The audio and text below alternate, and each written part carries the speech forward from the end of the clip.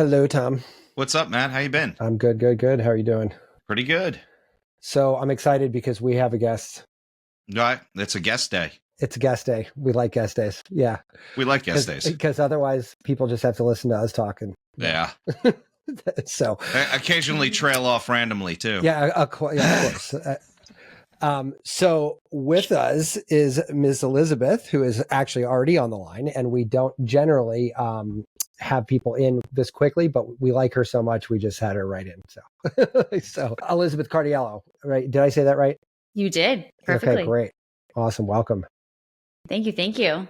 Yeah. So I can't wait to talk to you about this tonight because we're all into the geeky stuff. So I'm just going to let you kind of get going on this because I just want to dive into the fun stuff. So give us a little bit on what you do here, your company, and like let's talk about your what you do, and then let's peel it apart. All right. So what we do is called Brave Conversations Over Coffee. We essentially we turn companies into communities. So we help companies have, the conversations that they don't have, and to build culture, to change culture, to shift culture. And I mean, if you think about it, every single initiative a company has starts and ends with communication. And yet it's such a foundational thing that we don't realize that we can use it as the driver of change. And yet, so what I help leaders do essentially is figure out how to make every conversation their people have drive the kind of culture they want to be part of, whether that's inclusion, high performance, creativity, innovation, well-being, you name it. Belonging. You can do it through communication, and a lot of what we do is built on the science of psychological safety, as well as things like hostage negotiation, positive psychology, neuroscience in general. I'm a complete dork. We're going to have a lot of fun. Oh, I mean, like I've got goosebumps hearing just the words. You're just like talking. I'm like, oh, I want to talk about all of that. With hostage negotiation, do you do both sides of it? Because I'm thinking about taking some people. We're not going to go there. Okay. So, all right. So keep going. Sorry. By the way, I just our first tangent of the day, Elizabeth, is have you seen Chris Voss's masterclass on hostage negotiation? I have not. I've read his book, but I've not seen the masterclass. My God. Okay, so a little brief unsolicited plug for Masterclass. I actually got Masterclass subscription because of that course. And really? It is worth it's amazing. I love it. Now, if somebody like you might find it, full disclosure, you might find it less intriguing than I did because I'm starting from zero and you're not. But it is awesome. He's pretty great. I mean, I love that he made things like active listening popular. So I bow to him daily because he made this sort of more mainstream. My background is not a background personally in hostage negotiation. My dad was in intelligence before I was born. And so I found out so he passed away when I was 26, but I had a mentor who just happened to be a hostage negotiator for 40 years. And he kept saying like, there's something different about the way you communicate. You communicate like I trained you, like you follow my model. I don't get it. Who are you? And I was like, I don't know, dude. And it took me, we were at he runs something called high performance leadership in Switzerland at IMD business school. And I went and he's like, dude, but you're different. So the way we met was we both gave a TEDx talk at the same conference, and he was probably the oldest presenter and I was probably the youngest, and he had just had a hip replacement. So, I walked slowly with him to lunch and dress rehearsal, and we rehearsed together, and our talks were very different. Obviously mine was about coffee at that point. But losing my dad, his was about hostage negotiation, but also losing his son. And so we totally bonded, but we became really close. And so at one point, finally, he was like, so tell me more about your dad. And when I randomly said, oh, he was in intelligence for a while. He was like, oh my God, how did you, he was trained in this. He was trained in the thing that I've been talking about. How did you not know that? He just didn't mention it. Why didn't you open with that? Yeah. Why didn't you open with that? Exactly. Yeah. You should have started there. Well, yeah. So that's the piece of that. I mean, it was, super random, but it's interesting what we do, depending on who we're talking to. But one of the sort of interesting things that I love watching happen when someone is communicating bravely, and I'll explain what that means. It's BRAVE is a framework. It's an acronym. It's a 5-step framework essentially. And most people that talk about communication talk about the talking part because we all really like to talk.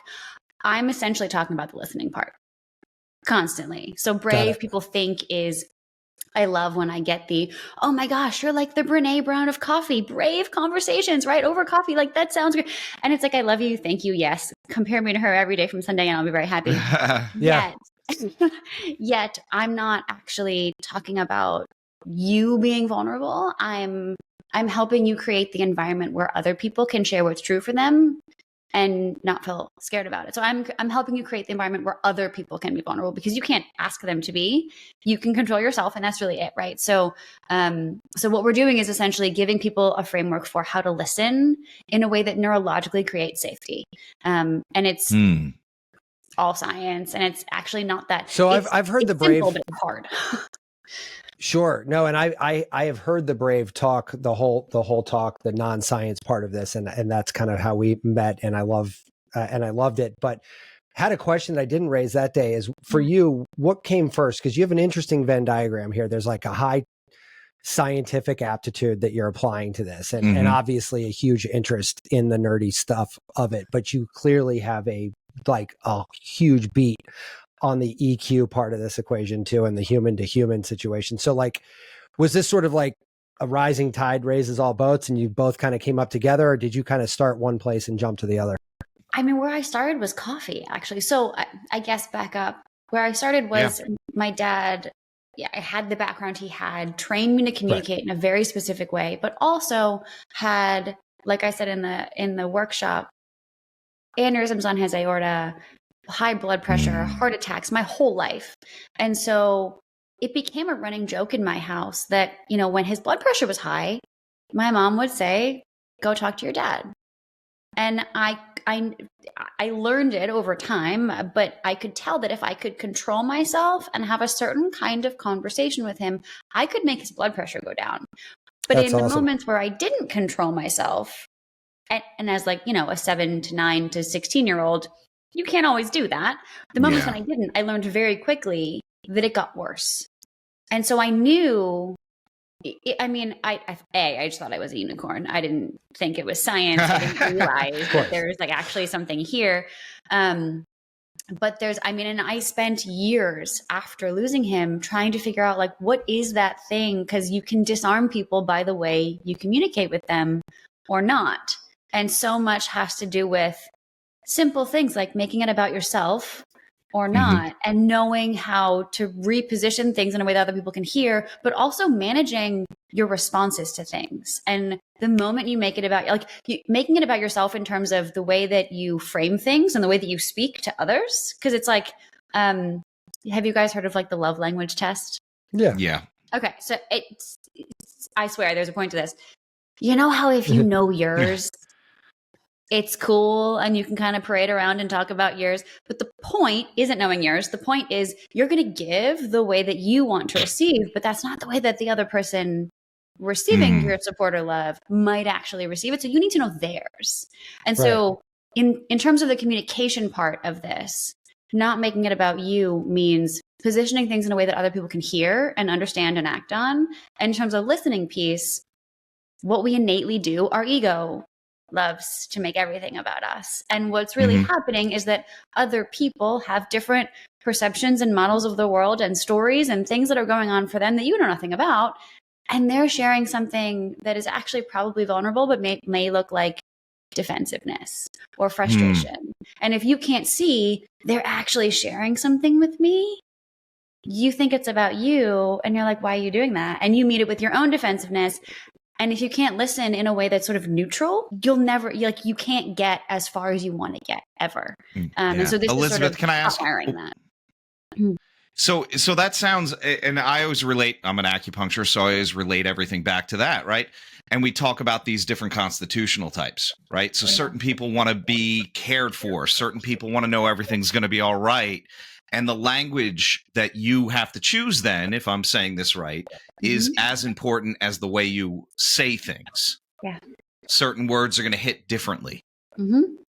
Is that a fair assessment there? I completely dumbed it down after I said we're gonna get all nerdy on this. No, totally. I mean, that part is science, but when I talk about what I did with my dad, for example, mm-hmm. I was about to do research with Nokia Bell Labs years ago because so in positive psychology, they tell you all the ways that you can self-regulate. So if you're in stress, in threat, in fight or flight, not okay, you can do things like take deep breaths, give someone a hug, skin on skin contact. You can do you can meditate, you can do a host of things for the mind and for the body, right? Like you can do it in many different ways. But the hard part is that self-regulating is actually really quite difficult because you need to have the control and the awareness to not fly off the handle and then to go do something healthy, right? Whereas if you can just turn to someone else and be like, I'm not okay, can we have a brave conversation? And they can sink into that place of knowing how to listen to you, you can co-regulate. So it's called co-regulation. You can do it together and it's just so much easier than having to stop, ground yourself, figure it out, do it. Like when you're in a bad spot, that's really hard to do.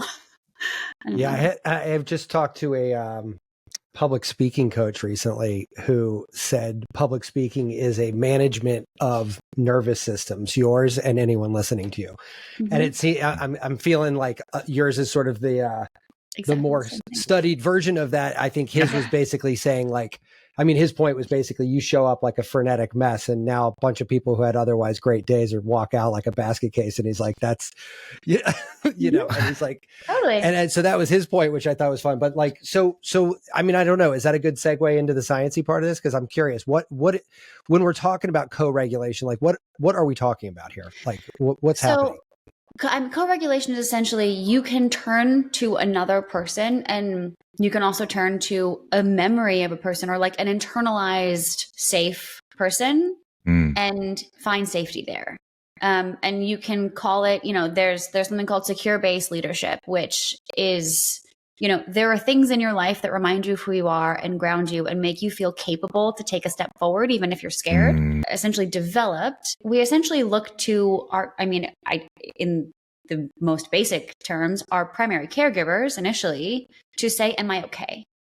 And you're constantly looking at faces, you're hearing tones of voice, you're watching body language to find threat, right? And there are studies around if a parent, like if a mom doesn't look at her child, we regulate through facial expression so much. And just seeing and connecting to eyes to faces, if we don't know what we're doing with our faces, we can actually send someone in distress.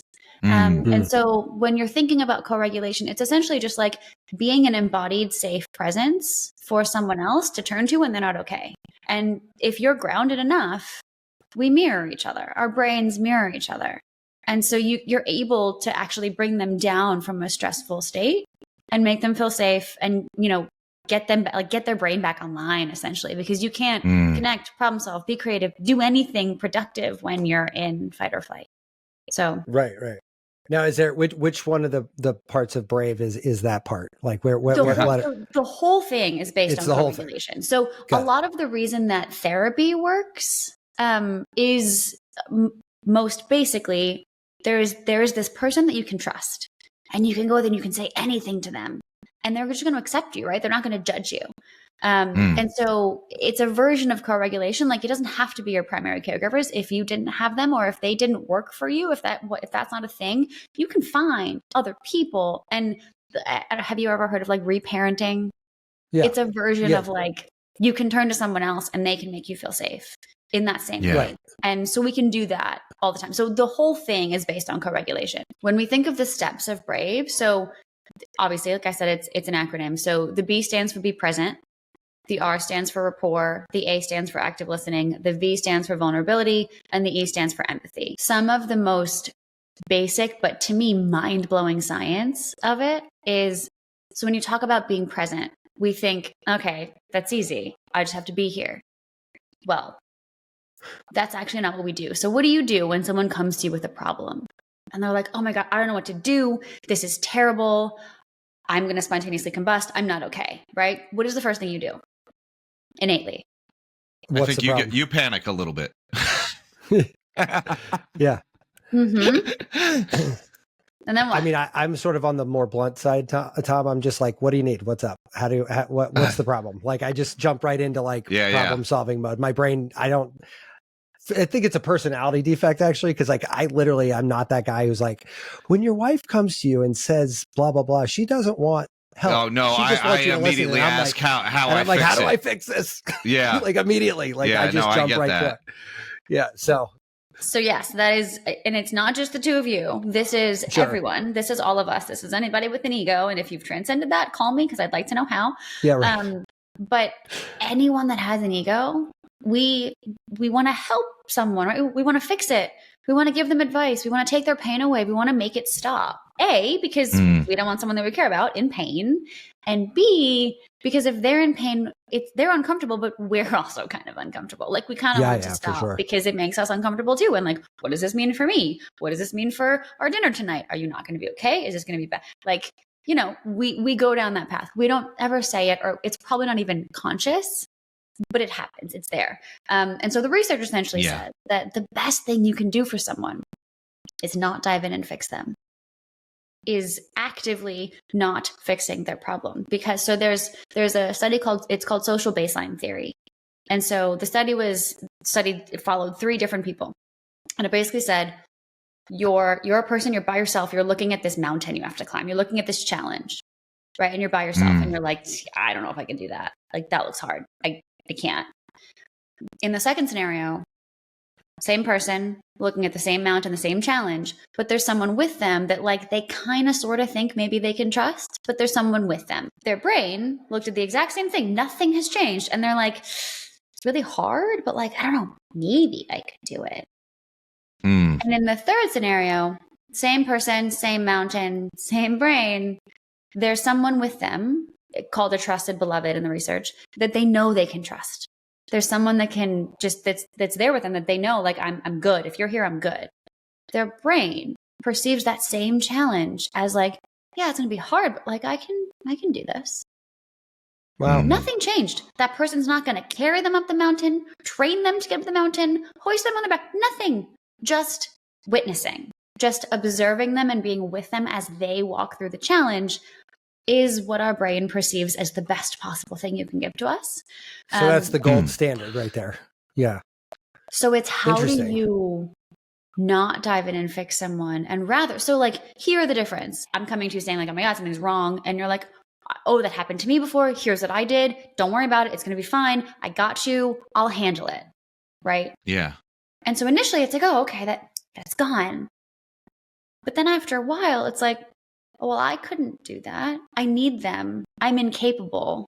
They also saw that I'm incapable. That's interesting. So I guess I couldn't rise if I actually fell. And so I need you and I'm not good enough. Right. But if your response to them is the opposite and it's like, oh, that sounds pretty hard, but you got this. What do you need? How can I support you? Like, what do you need from me? Do you know yet? Like, do you want to vent? Do you want to brainstorm? Like, where are you at? Like, what do you think you should do? What? That's so funny because like, I mean, I talk to a bunch of people every day, you know, I'm sure as we all do, and I would be willing to guess that 9.5 out of 10 do the first thing. Oh yeah. Like most everyone does. Yeah. You were never taught not to. Well, so that's the funny thing. Like, what do you think is the reason for that? Because, like, I mean, so many things in human evolution, if you look at it critically, you can kind of find your way back to how we got there. But like, it doesn't really make any sense to me how we got to in this particular instance. It doesn't really make sense to me because you would think that you don't need studies to prove stuff. Humans have been figuring shit out for millennia, and they didn't have Gallup polls or studies and like, you know what I mean? Like this was going on perfectly fine. So you would think that that we would have come to the same conclusion. Instead, we've literally gone the opposite direction. And it just seems funny to me. Like, how do you think that happens? I mean, number one, our schools were created in the Industrial Revolution. They were created to make really good factory workers that followed orders and didn't ask questions and did what they were told. And so what do you need in a person to follow orders and do what they're told? You need them to need you. You need them to rely on you, right? So I'm not going to tell you. You need to literally enforce that first thing that you were talking about. Yeah. I'm not going to tell you how to be more resilient or be more confident. Right. I need you to need me, so you follow my orders. Yeah, I feel like what is it? The oppositional defiance disorder is grossly over. Like maybe they're just smart people that got shit figured out. Yeah, maybe. I mean, you know, they might be running into a brick wall too, but yeah. I mean, I like the hard part though is that like we don't. It's not that we intend to do it. Our egos are such that we think we're doing a good thing. We're doing it with all good intention. We're not saying, I want to undermine you. I want to keep you under my thumb. So like, I'm not actually sure if what I just said has any merit or not. Like, it's not because I said it's not right. It's just our egos want to be important. We want to be needed. And so if someone's hurting, we want to be the alpha that can fix it, that can take it away, that can win their love, their belonging, their something. I mean, our nervous system's essentially developed based on the first, say, 7 or so. I mean, the early childhood, right?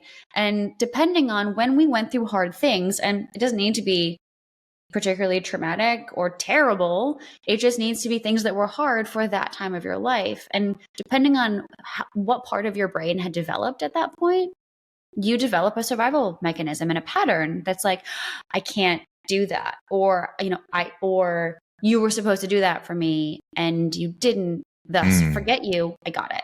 I'll do it on my own. Don't bother me. Or it could be something like, just tell me what to do to deserve love and belong. Give me the rules. I will follow them to a T. Just tell me what to do. Or it's like, I just want to make sure you're okay, because if you're not okay, then I can't get my needs met because you need to meet my needs for me. Right. Like it. And so depending on where your brain was at the time that you experienced something, that same, I need to figure this out to survive is different. And so, but we keep that and then we apply it to everything in our lives and we don't know we're doing it. Yeah, no, that's interesting. And so, it's weird how we get into holding on or going into these patterns. Cause like, as you're talking, I'm like, God, I can see it. I mean, they say what you're either giving power or taking power in every interaction with somebody. And like, you have to modulate that on your own. But like, but so many people don't even think that that's a question to ask, right? Like, am I giving too much power in this conversation? Am I taking too much power in this conversation? Like, I don't. Interesting. How many people, ask that question? That's what I like about this sort of way of thinking, because the more I go down the road of like thinking about how my communication patterns interact with other people's communication patterns, the more I'm realizing that there is absolutely a deliberate nature to this that you have to just actually do. Like, you're not born with this shit. Like, it is not, it is definitely not innate, right? And it's endlessly fascinating to me that we're now having these conversations, because I realize how much I was doing way wrong, like way wrong. And it's been a quicker march for me to get into focus, because I'm going to be obviously working on this forever, but at least getting into the right lens. Like, I didn't even have the right gear on my camera. I was like that far out. Like, I mean, you and everyone else in the world, right? Like that's why the Brave framework is so powerful. I mean, I had an executive this past week literally turn to me in a session and say, I've done a lot of personal development. I've done every leadership course, every leadership book, everything. And I have never seen myself grow and transform as quickly as I have. And we're only halfway through the program. We have another month left with you. And I was like, well, that's the point, right? Like, it's intense in the beginning, but I liken it to learning a language. If you don't use it, you'll lose it. If you don't do it consistently and keep practicing it, like, you're gonna mess it up. This is not, you're not getting a trophy for like, I've done it, I'm done, I have it now. It's like, no, it's more of a practice, like a meditation sort of a thing. Like, it is a constant journey, because you're gonna keep seeing things that come up that you don't respond well to. But once you see yourself, once you see how you do things and you understand, and there's the awareness there, and you can take the moment to be like, hold on, you can stop yourself mid-reaction and be like, no, that's not how I want to respond to this. And you can change it. And you can watch yourself do it in real time. And it's like, do you guys speak other languages? Yeah. Yes. Yeah. So I speak Spanish. Okay. I mean, I don't completely, but I've had the moment in Italian where like, I got good enough for a little while that an entire sentence came out, and I like didn't think about it. Like I didn't use my brain; it just came out, and like I conjugated, I knew the vocab, and it was like, and I made a joke. Like I made it, and it was quick too. Like I made a joke in the moment, and I was like, "Oh my god, this is the best thing ever." I am a master of Italian. No, but I think that's functional to be able to convey a concept like comedy. Right. Sure. You know, that's really, that's higher level. That's not where's the bathroom. Can I please get my check or something? That is, you know, but I mean, those are very important phrases, but to show some level of look, I can translate a joke on the fly without overthinking it. That's some level of understanding.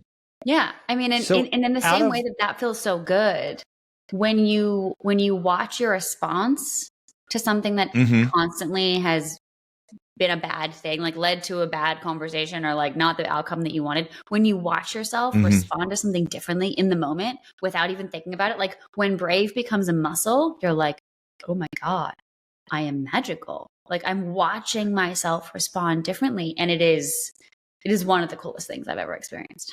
Watching it awesome. And also experiencing it myself.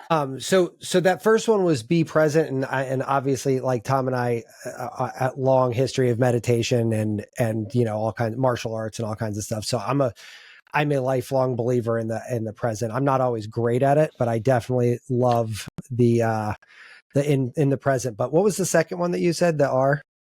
The R stands for rapport. So rapport is like, talk to me about that a little bit, because I think this is the one I understood the least. So rapport is kind of a fancy way of saying trust. Building rapport with someone is that moment where you feel that they feel what you feel, right? It's like, oh, she's got my back. She gets me, right? And rapport actually came from hostage negotiation, because hostage negotiators are not allowed to negotiate, to request behavioral change. They're not allowed to say, will you please put down your weapon, until they've built a bond, until they've built rapport. Now, think about that. There is someone with a weapon. There are humans that are hostage. You're not allowed to say, stop what you're doing, until you've bonded with this person, right? And how do you bond with this person and not judge them and listen to what they're saying and what they're not saying? Like, how do you do that? Because your innate response is you're a bad human because you're doing a bad thing. When in reality, they're probably the human that really needs, they have a really deep-seated need that they have not gotten met. And the people that are, you know, acting out the most are usually the ones that need the most love, in, you know, for lack of a better way of saying it. And so rapport comes from the stair-step model of behavioral change from hostage negotiation. Because if you don't have that, if you don't build trust, whether you're a CrossFit coach, a marketer, a hostage negotiator, a human, a CEO, right? Like no one's going to listen to you. No one's going to put more weight or take weight off their bar or listen to you if you haven't earned their trust, because you don't know them. You don't know what I can lift, what my injuries are. Don't tell me to put more on. I can't, or I can, or what, like, don't tell me to take any off. Sure. Right. For a marketer, it's like, do you have permission to be in my inbox? Like Seth Godin is a mentor of mine, and permission marketing is you're not supposed to be able to get to me unless I've said, yes, please send me your newsletter. Sure, yeah.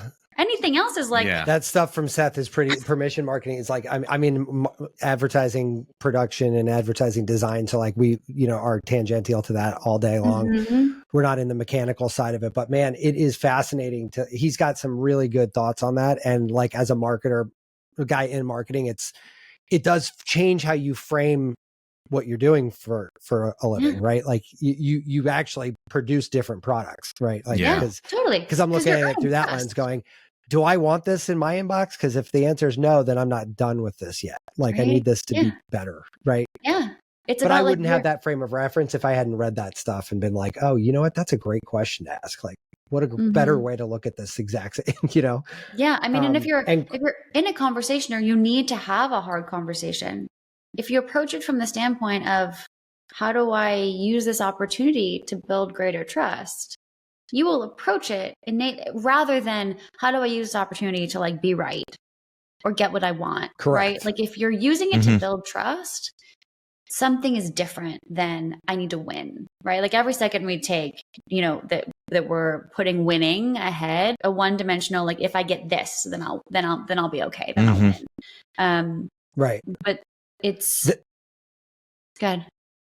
No, that I was just going to say the rapport thing. I understand. Thank you for that. Cause I didn't really quite get that, but I think you just said it in a different way maybe, but that is one of those things that, that masterclass you're going to really love then, because he does he does a series of live interactions with somebody where he actually walks them down this path. And like, I'm just listening. And within like, I don't know, minute, 2 minutes, I like want to go to the guy's house for Christmas dinner. Like he's just but when he peels it back afterwards and you're like, God, I just fell for that hook. Like I know it was coming and I fell for it. Right. Like, I mean, I was warned ahead of time that it was happening and I still fell for it, hook, line, and sinker. And then when he peels it back at the end, he said, step 1, I did this. Step 2, I did this. Step 3. And you could literally see him pull this woman in this case, like just down the tunnel. Like she was started over here and then ended way over here. And it's fascinating when you do that.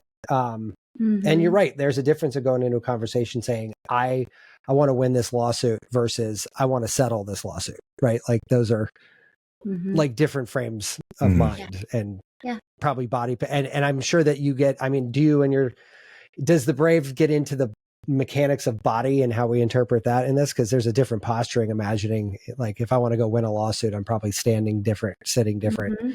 So what it comes after the R is active listening, which also comes from hostage negotiation. I'm sure he talked about that too.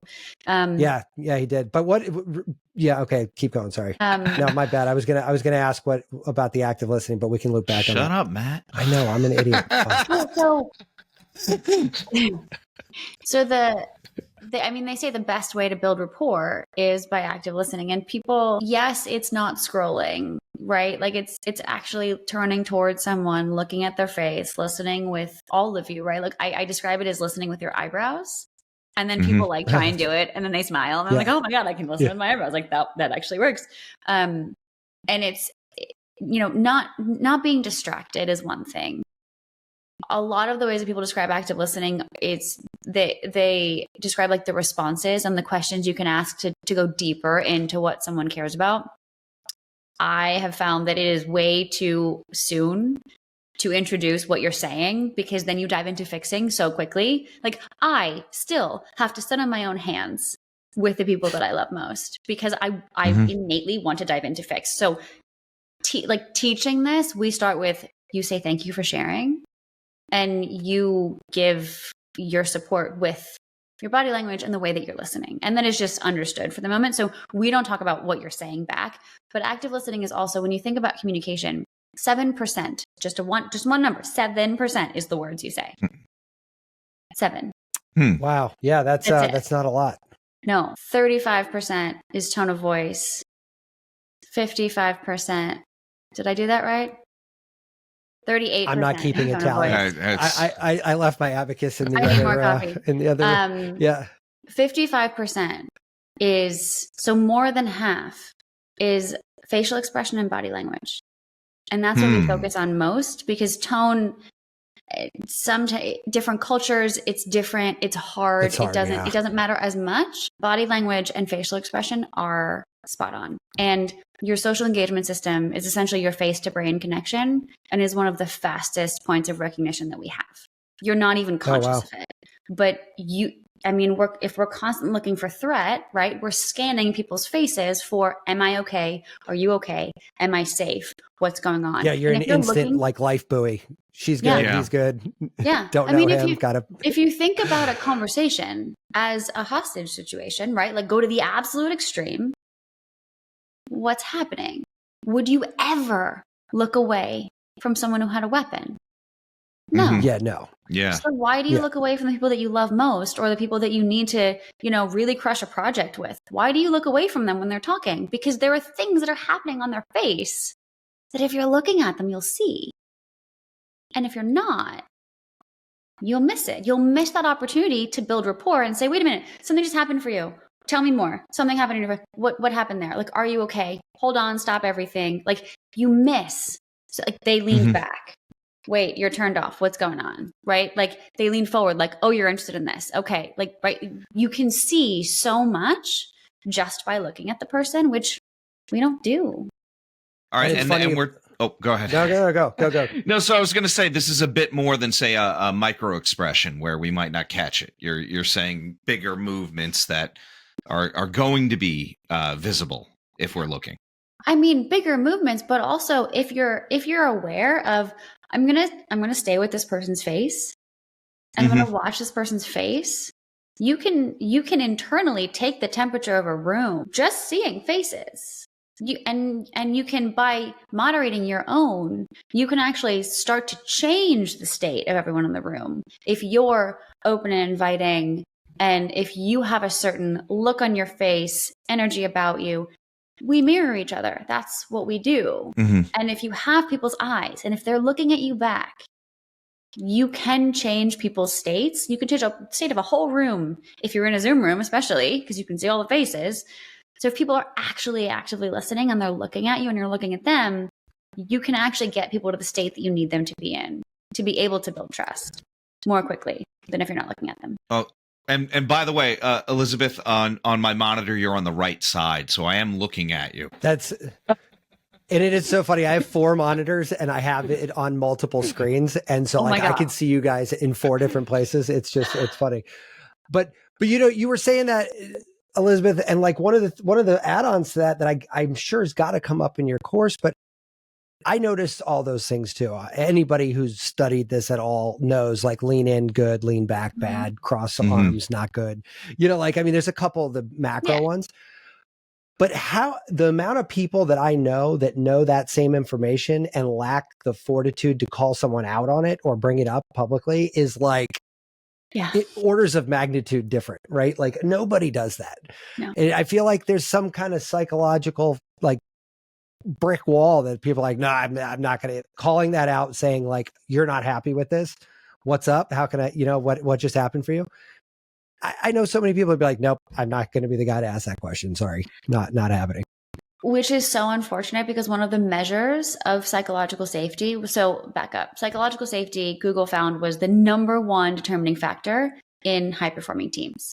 #1 of 5. Oh, really? The other 4 were built upon psychological safety. So you couldn't even get to those without having psychological safety. And psychological safety is essentially defined as feeling comfortable enough to voice your opinion, to share what's true, to say, I'm not okay, I am okay, I need more, I need less.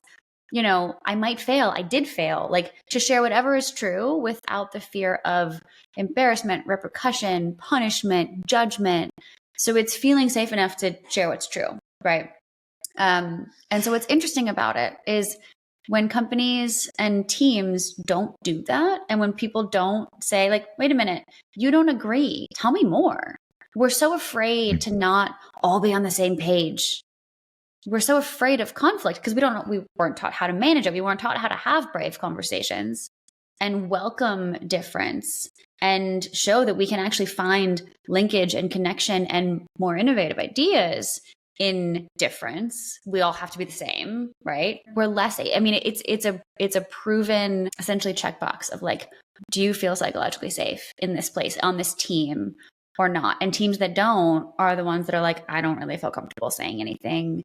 I don't feel comfortable saying I'm not okay. I don't feel comfortable sharing an idea that might fail because, like, I don't know, it might fail. I don't want to be responsible for that.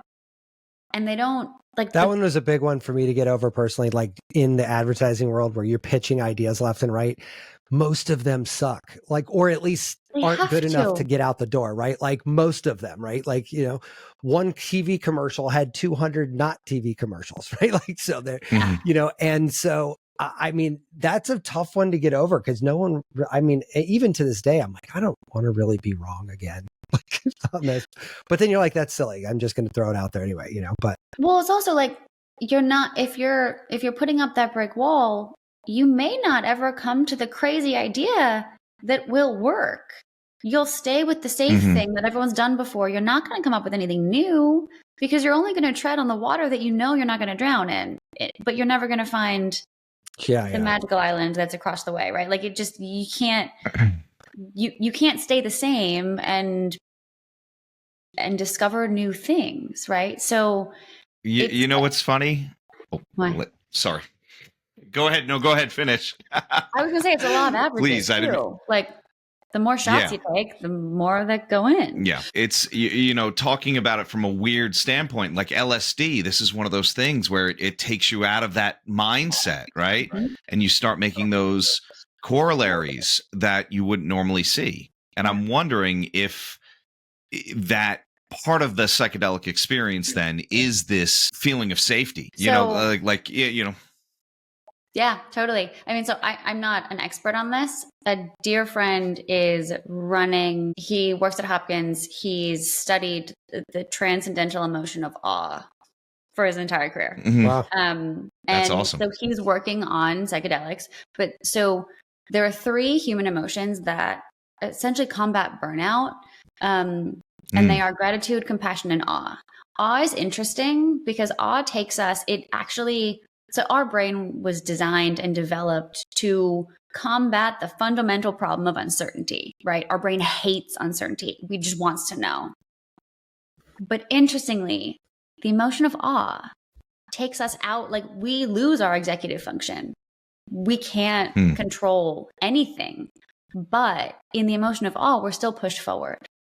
It actually opens us up to a more constructive version of uncertainty. So it actually pushes us forward. And that's what psychedelics do. They make you feel safe, but they also get you into this state of oneness, and you're able to just be, and you lose the executive needing to be right, needing to control. And when that goes away, you go into what's called default mode. And so your default mode network is essentially the place where, you know how when you're going on a run or in the shower or folding socks, that's when you solve the problems, not when you're cognitively trying to solve the problems. So having that space, doing that, like you'll get in the car, you'll start to drive home on a very familiar route. And before you know it, you're home. You have no recollection of how you got there, right? Because you were completely somewhere else. When the default mode network comes online, when you're doing something repetitive or you're not in your left brain, you're not adding 2 + 2, that's when it solves social problems. That's when it actually gets into like the imaginative mode. And when you're in the emotion of awe, you turn off your executive function and you turn on your default mode network. And so it actually gets you to this place of creation. Interesting. I wonder if in psychedelic research that they figured out that default, because I think I have read that some work with I want to say it was either MDMA or psilocybin that does sort of hyperactivate that default mode network and by converse shut down your executive like almost entirely, and you're just basically playing in that sandbox only. I'm totally butchering that. I just can't remember. You read so many of these things, I can't remember what it was. But we actually met the guys who are running that psychedelic research at Hopkins, and like the studies they have. I mean, we could spend 10 shows talking about that. I mean, but they found out, like, now they're in such cool nerdy land that they figured out that they've treated so many people for PTSD that they found out that like 80% of them stopped smoking at the same time. They're like, huh? Like, you know, and I'm making that up, but it was like some measurable enough where it got their eyebrows to go up and be like, why the hell is that happening? And then they could look at that specifically. They could be like, hey, can we use, you know, a giant dose of psilocybin to get you to quit smoking? Well, yeah. And here's all this pie chart here that'll show you all about it. I could tell you all. And it's the volume of information they have about this is actually awe-inspiring. And you want to talk about awe. When I first met these guys, I was like an hour and a half of just like jaw on the ground, like, oh my God, are you serious? Anyway, but yeah, so what is, just because we can't end tonight without hearing the rest of it. What's the V now? Let's the V is vulnerability. So in terms of trying to do this quickly, when we think of vulnerability, well, no, we've got time. Yeah, don't worry. Yeah, we're not. Want to like leave we got anybody plenty of time. hanging. All I'm saying is like I don't want it to be like, you know, we're like, you know, oops, shit, we forgot the V. I don't know. My whole studio here is on a timer. No. Everything just shuts down. Everything just shuts down. I just go dark. Shuts down. Yeah. So the V stands for vulnerability, and the best way to describe it is like when we think of vulnerability, we think squishy, soft. I need a shoulder to cry on. I'm embarrassed. I'm scared, right? Like we think of the things that, you want someone to put your arm, them to put their arm around you and be like, it's okay. Vulnerability is essentially, the definition is just the sharing of an emotion, right? That's it. And so it could be a soft, squishy emotion. It can also be a more prickly one, like anger is vulnerability, right? Defensiveness, frustration, they're all vulnerability. But our problem is we don't consider them vulnerability because we want you to, share your darkest secrets so we can connect. So if you're sad, I can help you, right? But when you're angry, it's really hard. Well, then and you're angry at me. Well, then I'm going to get defensive because I'm right. No, you're right. So, and we tie our self-concept up in so much of being right or fixing or doing something about it that we don't think about vulnerability in terms of it's just the sharing of an emotion. And so in Brave Conversations, what we practice is really identifying vulnerability. And so when someone shows defensiveness, frustration, like the little vulnerabilities, and we're able to say like, wait a minute, if you're showing this to me, that means I actively listened well. That means you feel heard. That means I built rapport. That means you trust me. It means I did something right. It's an honor that you're showing me this vulnerability. So now my job is to step into empathy, which is the E, and get curious. How do I walk in your shoes? Tell me more. What, like, something's going on for you. Tell me about it. Like, it's an honor that you're sharing this with me. What else is there, right? And so when we think about someone shares vulnerability with you, your only job in a Brave Conversation, what we practice is to step into empathy. People define empathy as non-judgment. Again, unless you're Buddha and have figured that out, you're going to judge because you're human and that is what happens. And you're not going to stop that. But what you can do is acknowledge it and be like, okay, I'm judging right now, right? So I'm going to intentionally take that judgment of mine, put it on the shelf. I'm going to come back to it later so that I can stay here in this conversation with you. You have to go back and figure out why the heck you're judging. That's yours though. But to not make it about you and to stay with that person in that conversation in that moment, you can put it on the shelf and just leave it and just stay with them and try to walk in their shoes, try to understand them better. So you're listening to know the person better, not to build your defense.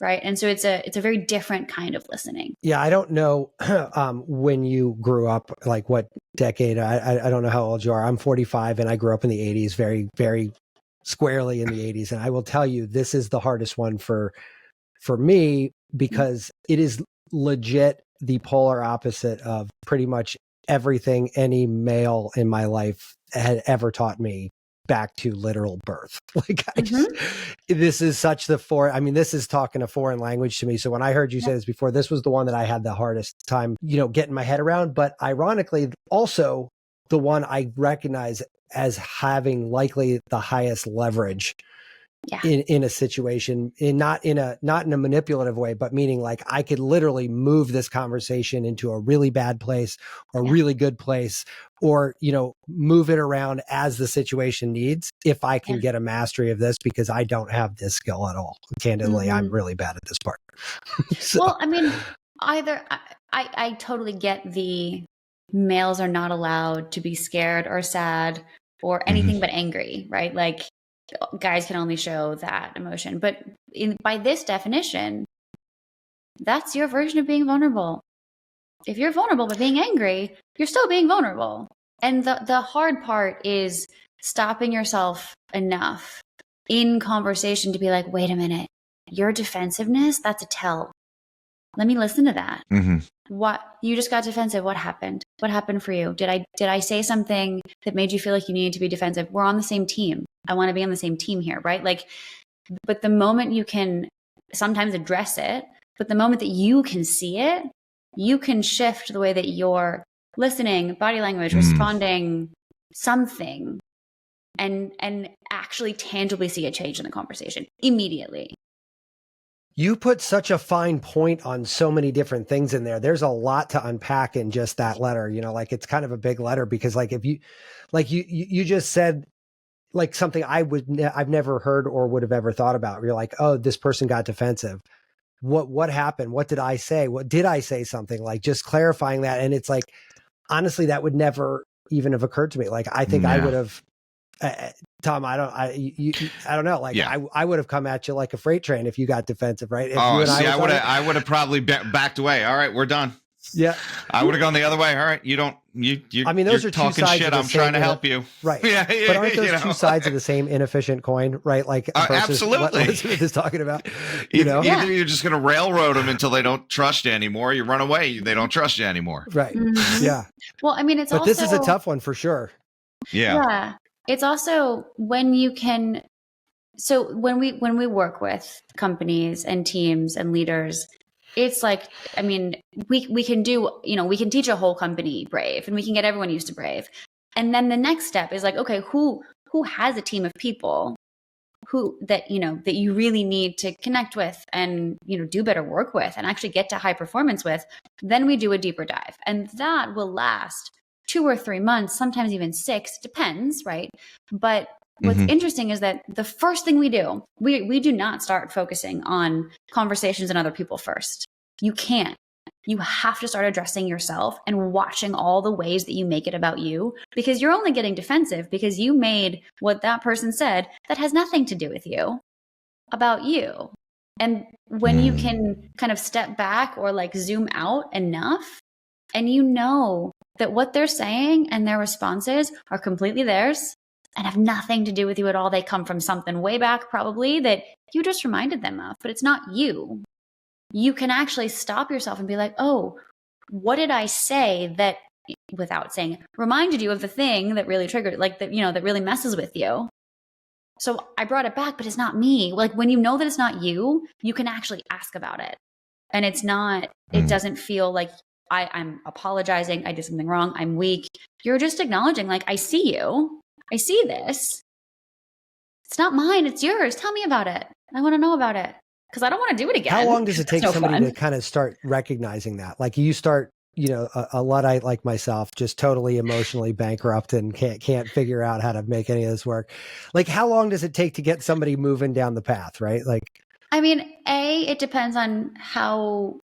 It's like anything. What you put into it's what you're going to get out of it. Okay. So if you're into this and you're like, I'm really gonna, take notes and watch myself, and so we, if we were doing this with your company, we'd be meeting once a week for probably about a couple hours with an entire group, and we'd be doing that every week for 2 or 3 months. Yeah, no, I'm sorry. I think I asked my question kind of sort of nebulous. I could have asked it clearer. What I was kind of trying to figure out is this like you can start seeing results if you put some effort into it immediately, or do you notice this being more of like a months to years kind of transition that it takes? This is not years. Into? This is no. So what I was getting to, I think, what I was getting to was you will start to see it immediately because you'll start seeing, like, you won't have the control over it immediately, but you'll have the awareness. The more you talk about it and the more you keep coming back to it and learning more and going deeper and deeper, your awareness comes online immediately.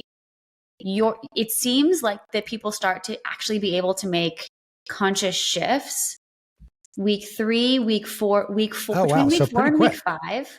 Oh, quickly. Wow. I mean, this executive had been with me for 4 weeks and they were like, I've never seen change this fast. I've tried everything in my years of doing this.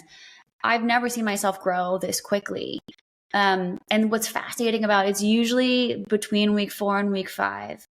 People start to come and they're presenting differently. Like they're lighter. There's something there's an ease about them. And it's like, what's going on? Every single time. And I love this. Every single time they've started to get more comfortable with Brave, and they're using it at work. Yes. And yes, people are seeing differences, but they also started to use it at home. And that's the cool part, because there's something that's happening at home that you don't want to address, can't talk about. It always ends badly. But they're able to start applying this in their personal life too, so that they're able to focus more at work. There's that thing that's on their shoulder all the time isn't anymore because they've now started to address it.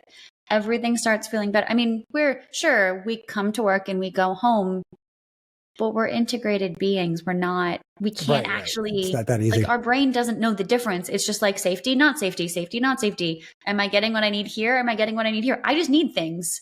So if I don't get it at work, I'm going to look to get it at home. And if I have a bad day at home, I'm going to look to get it at work. And so what we really need to understand is our emotions just come from judging needs that we have that are either met or unmet. And that's it. That's all they are. And if they're not met at work, we're going to go home and that's when we're going to fight about you forgot to bring home butter. Right. You know, but so much of it, like you were saying earlier, it's probably not about you. Like it's not, has nothing to do with you at all. And then I guess that's actually like a pretty, I mean, if you can sort of massage the vulnerability side, then the empathy side, the last letter in there probably comes a lot easier, right? Or at least is a natural next step, right?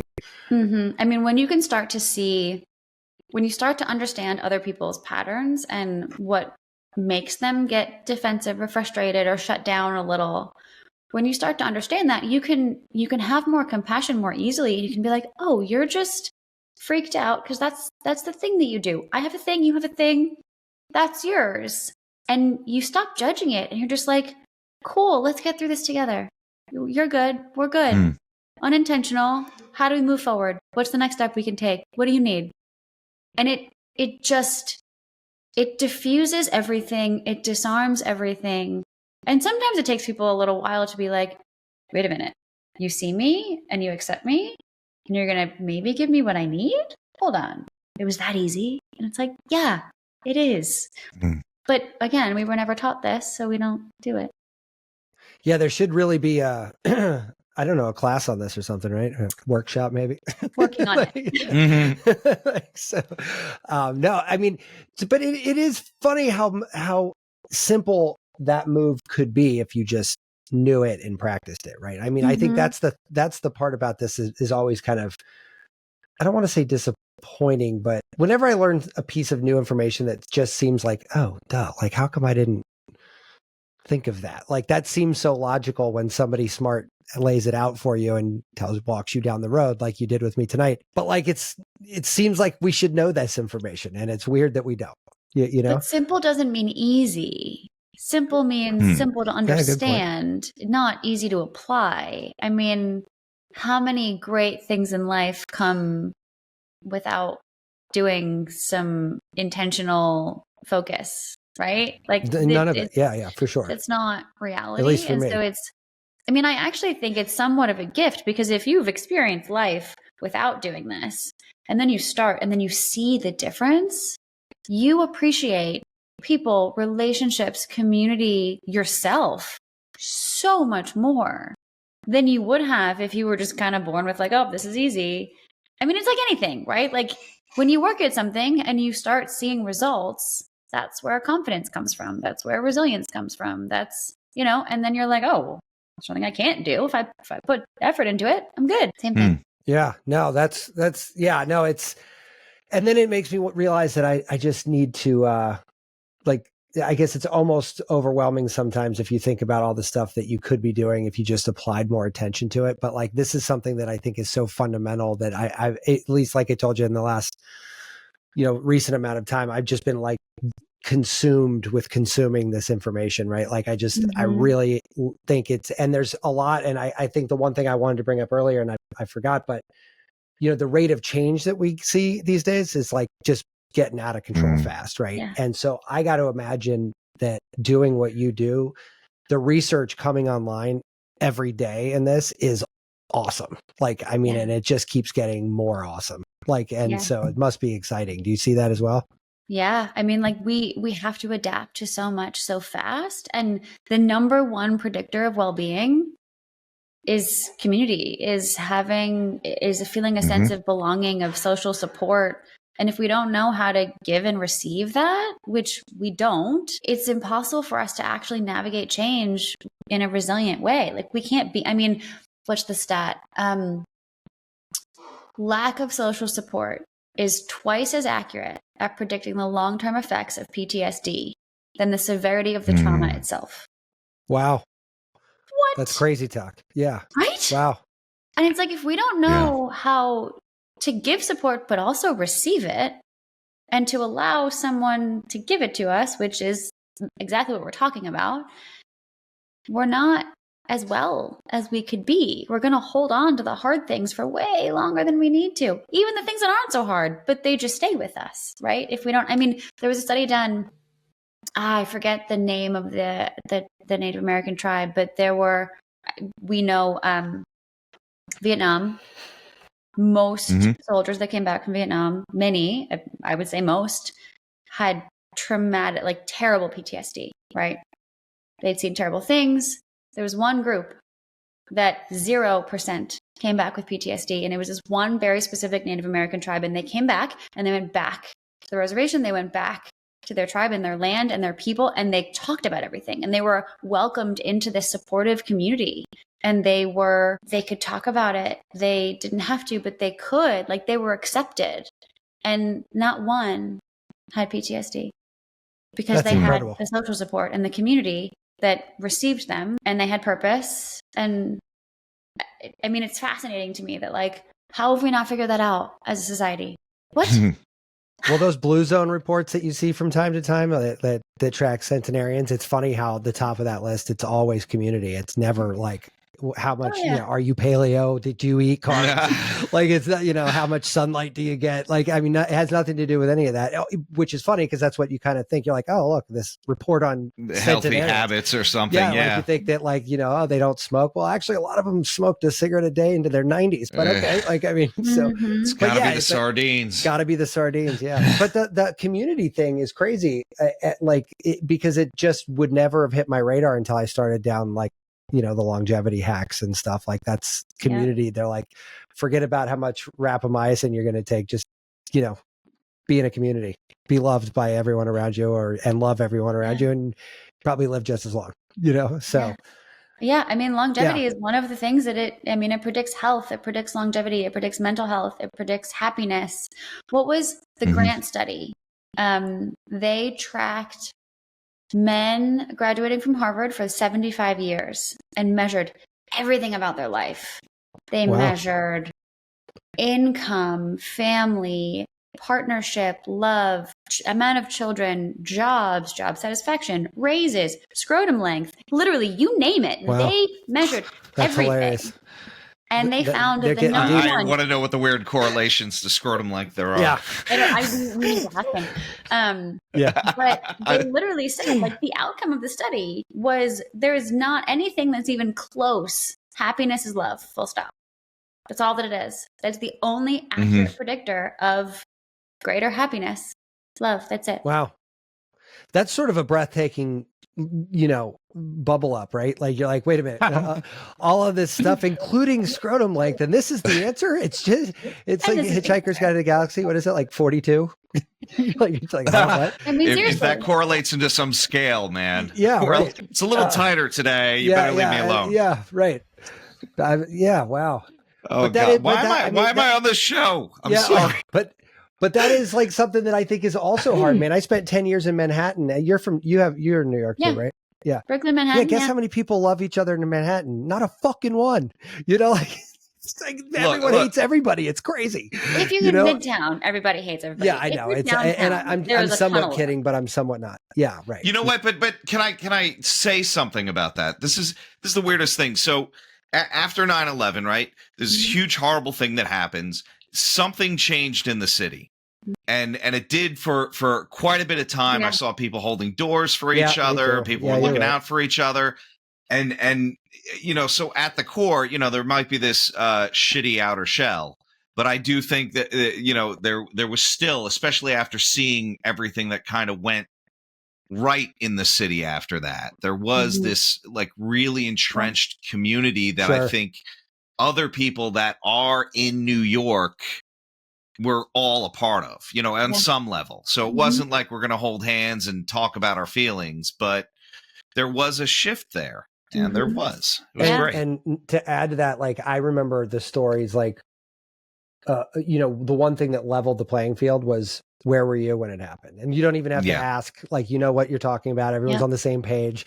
And it's not like a kumbaya thing where we're holding hands and humming, but it was like I was doing this, I was doing that. And people instantaneously, you could like literally talk about aligning nervous systems, but it was like an instantaneous like on that. And I still have that today. I mean, when the 20th anniversary came out, my kids sitting right next to me right now is a VHS tape I took, which accidentally captured the first building falling. Because my apartment was in Hoboken looking at the World Trade Center, like literally had a bird's eye view of the World Trade Center. What? And Yeah, so I'm filming this thing. My wife and I have never looked at the tape.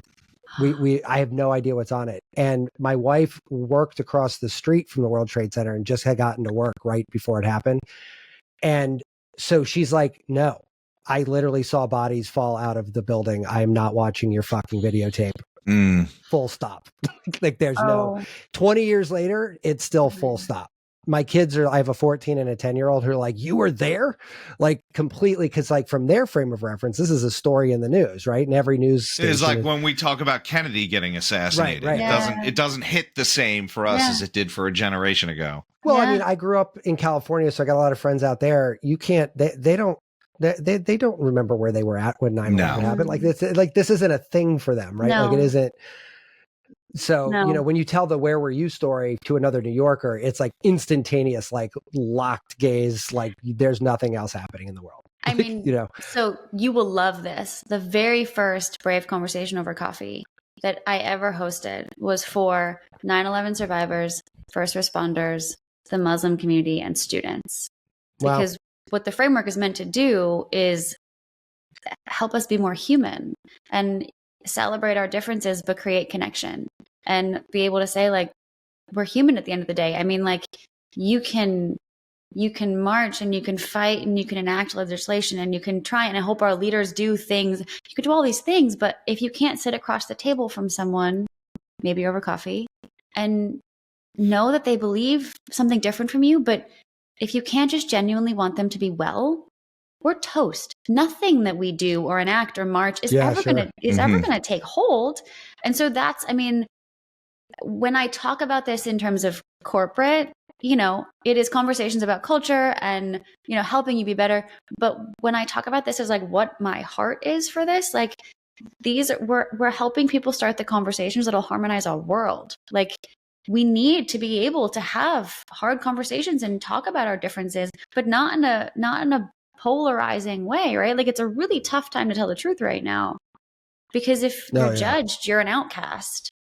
And I don't even need to get into what happens to our brain when we're ostracized from the tribe, right? Like rejection is the worst thing that can happen neurologically. And so it's crazy that you brought up 9/11, because that's one of, I remember specifically my dad saying, like, we have to get together. And he would always bring people around the table. It would always be over coffee. And we would talk about like what needs to happen, what needs to change. And like, these are the conversations I was having as a kid.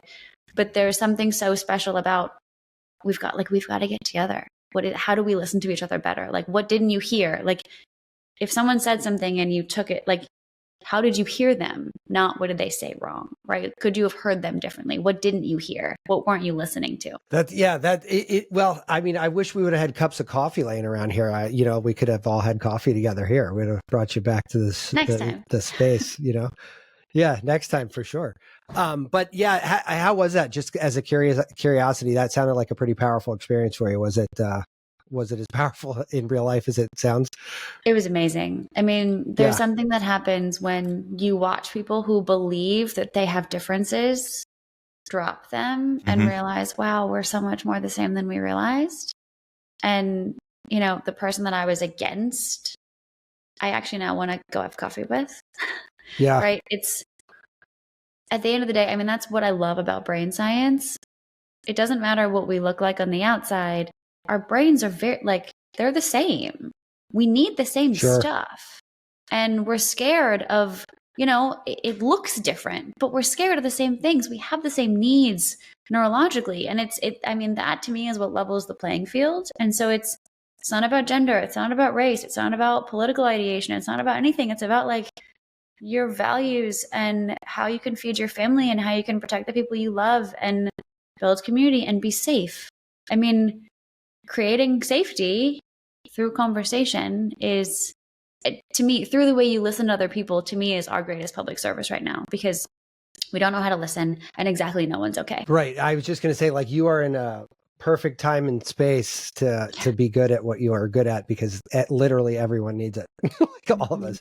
But speaking of which, like, I know you don't do a lot of courses per year, like, but you have a couple things going on. Like, walk us through a couple things that you got going on over there. Like, how do people sort of inquire about this sort of thing? Because I myself, I told you I am on this list as well of people that are, I just need to move a few things around, but I'm deeply interested in doing one of your sessions for sure. And I will be on that list soon. Oh, totally. So, I mean, you can go to braveconversations.com, braveconversationsovercoffee.com, either one, they both lead to me.